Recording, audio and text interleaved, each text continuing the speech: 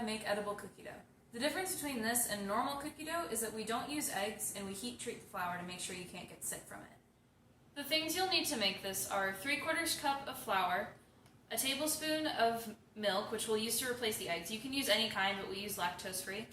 3 tablespoons of granulated sugar, a 1/3 cup of brown sugar, a pinch of salt, a teaspoon of vanilla, a 1/3 cup of unsalted butter. You can use salted, but if you do, don't add a pinch of salt. And of course, chocolate chips. You'll also use an electric mixer and a pan for the flour. The first thing you're going to want to do is preheat your oven to 350 degrees and then spread out your 3/4 cup of flour on a baking pan like this. This is so that we can toast the flour in the oven for 5 to 7 minutes to prevent it from having bacteria like E. coli.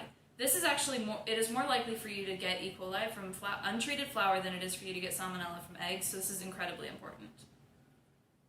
Once you take the flour out of the oven, you're going to take your butter and 2 sugars and mix them together.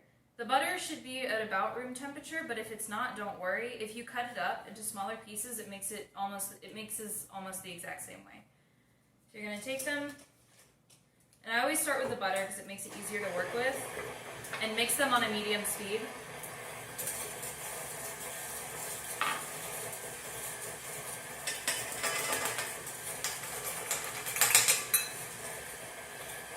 Until they're combined.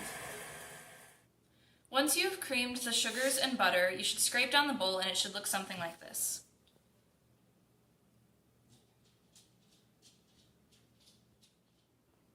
Once that's all taken care of, you're going to take your salt and vanilla and milk and add them in slowly at first.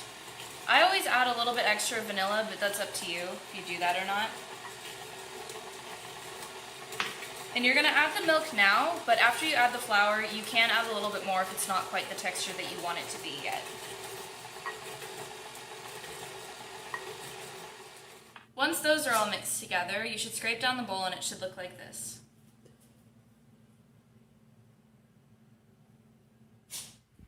Next, you're going to want to add your flour. You want to make sure you do this slowly because you don't want it to poof up in your face. And I like to keep a towel on the mixer in case it starts flying up, because then you can keep it from making you sneeze.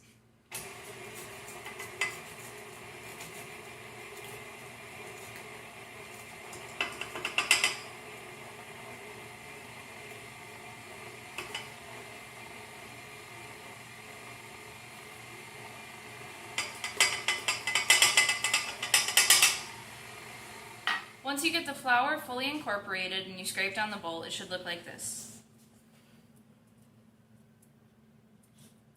And the best step, adding a 1/3 cup of chocolate chips. You want to make sure this mixes slowly or else your mixer will rock all over the place.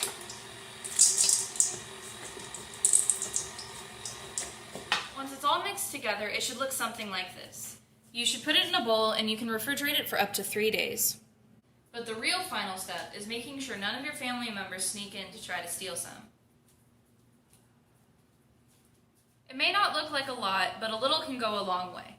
Thanks for watching, and I hope you enjoy. I want a whole spoonful.